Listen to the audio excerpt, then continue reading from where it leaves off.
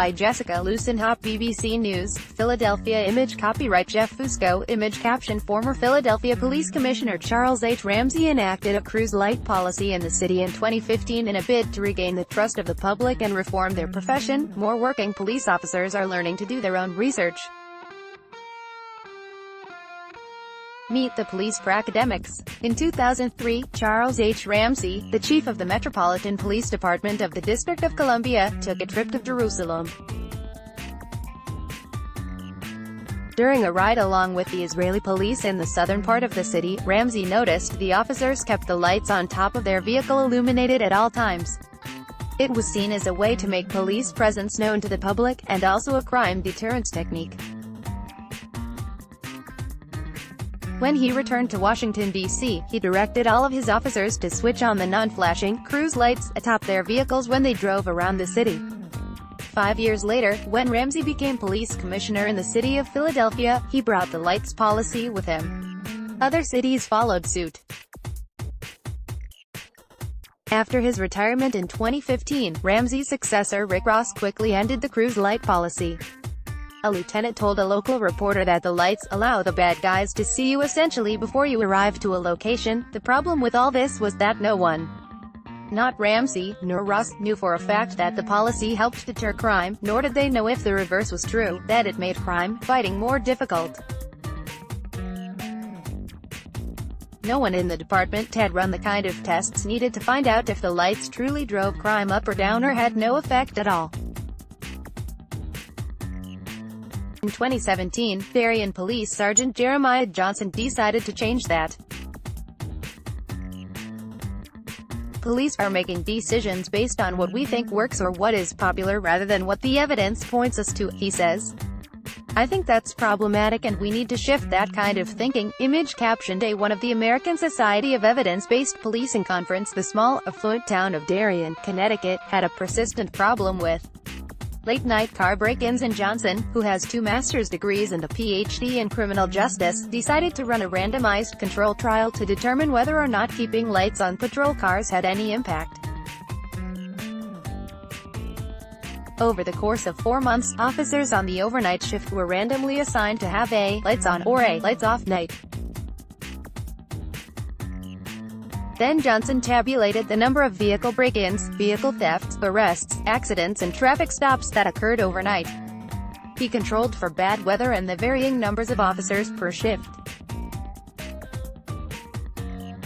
6 months later, Johnson presented his findings in a room full of other police officers, academics and law enforcement experts at the 2nd annual conference of the American Society of Evidence-Based Policing in Philadelphia. His results were promising. Crime incidents dropped across the board when officers kept their lights on. However, only the drop in the number of traffic stops was statistically significant, meaning he couldn't rule out that the results were due to random chance. The Darien Police Department did not adopt the technique. You kind of have to go where the evidence takes you, Johnson said afterwards. If it's not effective, then you move on to the next thing. Johnson is what's known as a pracademic, a researcher who practices in the field he studies. In this case, a working officer researching policing in his own department. It's a nascent movement within policing that was on display at the ASEBP conference, where police from all over the US, as well as the UK, New Zealand, Australia, Canada and Mexico, gathered to hear the latest research on body cameras, implicit bias, violence reduction and de-escalation, and to meet like-minded academics. Image copyright Getty Images. Image caption British policing uses data and science in a more systematic way than in US. The types of studies the pracademics run are still too rare, according to Renee Mitchell, the president and co-founder of the NASA ASEBP, who says there's a weak base of scientific literature in policing. We intervene in people's lives on a daily basis. If you look at the numbers, police probably make contact in the hundreds of thousands of times over the course of a year, she says. Every single one of those interactions or interventions could potentially be harmful. We don't know the effects of our practices. We owe it to the public to start figuring this stuff out because we could be making people worse. Mitchell is a 46-year-old sergeant with the Sacramento Police Department, as well as a Fulbright Police Research Fellow who holds a PhD from the University of Cambridge. After 20 years on the force, she knows firsthand how unexamined policies and policing techniques can harm not just the public but police officers themselves. Image caption: Sergeant Renee Mitchell, president of the American Society for Evidence-Based Policing. For instance, she recalls in far too much detail the night when she and her team of officers were called to respond to a mother and an infant who'd been stabbed to death by a man in a meth-induced psychosis. "I don't watch gory movies anymore because of this call," she says. Afterwards, the officers were directed to attend critical incident stress debriefing. Within a week of the incident, a type of therapy intervention meant to help the officers cope. Later, when Mitchell looked into some of the research around the technique, she found that some studies showed the debriefing may have little to no impact, or worse, could actually increase the risk of PTSD. "This is a practice that we use across the country for our police officers," she says.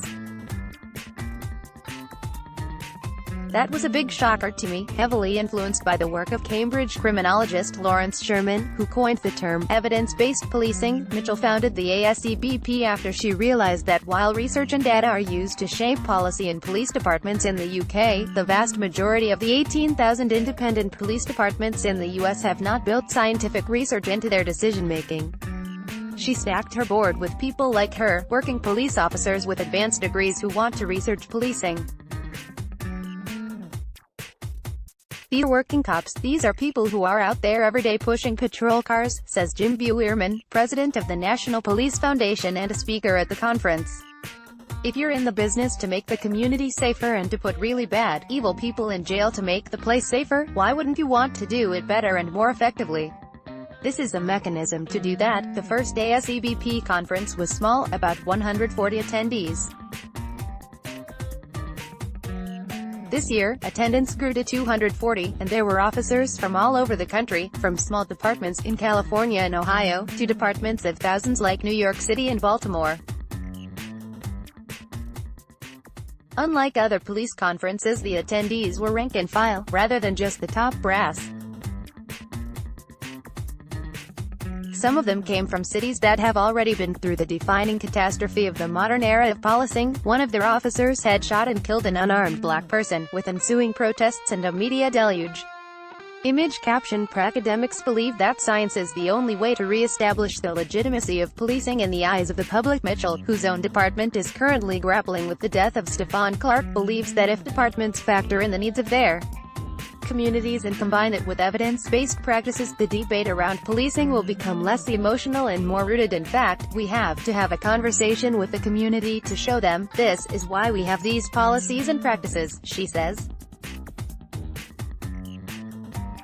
"A lot of these policies and practices are a house of cards. It's what the neighboring police department is doing or what the legal justification is. We are just passing on traditions." The academics dream of a world where their performance is judged on more than just the number of tickets they write or the number of arrests they make.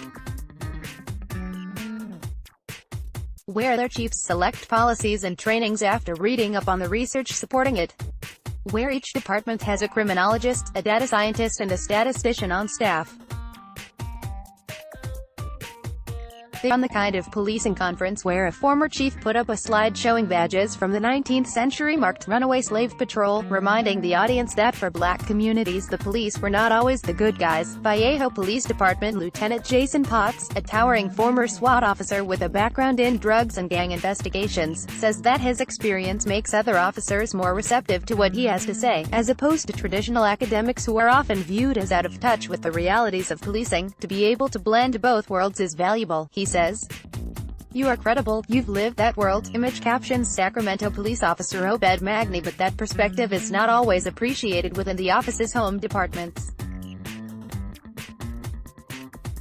The yearly conference also functions as a kind of support group for the academics, who are often the only person in their department with an interest in doing research. Some officers admit it can be an isolating experience, or worse, a career-limiting one. There are people at this conference whose career is not as well progressed as it should be, who've been overlooked for promotion in circumstances where it seems largely clear that it's their involvement in this slightly heretical field, says Jerry Ratcliffe, a professor with the Department of Criminal Justice at Temple University and a former London Metropolitan Police officer. There is resistance to using science, logic, reason and scientific evidence in policing. Obed Magni, a Sacramento police officer with a doctorate in education who studies emotional intelligence training, says that's not a big concern for him. "We're not doing this for a promotion. We're not doing this because we're trying to be police chiefs tomorrow. We are doing this because we truly believe that we can make a meaningful contribution to the policing profession," he says. "If that means my career gets stalled somewhere, so be it." Among the officers and academics, a small woman in a ochre yellow coat stood out. Meme Styles, who flew in from Austin, Texas, is not a police officer and, in fact, once counted herself among their harshest critics. "I didn't really believe in good cops when I started," she says. Out of sheer anger, Styles began organizing and protesting in the wake of high-profile incidents of police killing black men and women around the country. Then in February 2016, the issue landed in her city. A 17-year-old boy named David Joseph was shot to death by an Austin police officer as he ran down the street, unarmed and naked. Early on in her advocacy work, however, Styles found that protest wasn't getting the results she wanted. "I took a step back from any gut emotion, from any he said, she said language. Away from, this is how you're making me feel," she says. "I stopped all that talk and I elevated the data." Styles founded Measure Austin, a coalition of researchers, activists and tech-savvy people of color. She began working building a relationship with the Austin Police Department based on a desire to understand the story that the numbers told about the department's techniques and tangible metrics to measure their successes and failures. "The cool thing about data is it allows us to speak the same language, and it allows me to be heard," she says. Image caption: Measure Austin founder Meme Styles. Measure Austin got buy-in from the Austin Police, and successfully lobbied with other organizations that the entire department attend implicit bias training. When the city approved spending to hire 12 new officers, the mayor included a list of requests submitted by Measure for data including numbers showing overall use of force and deadly force, and the department's clearance rates by offense. They were interested in fact, research, to be more data-driven in their decisions, says Austin Police Lieutenant Chris Vallejo, who was assigned to work with Measure Austin. "It takes away a lot of the subjectivity. We can work on the facts.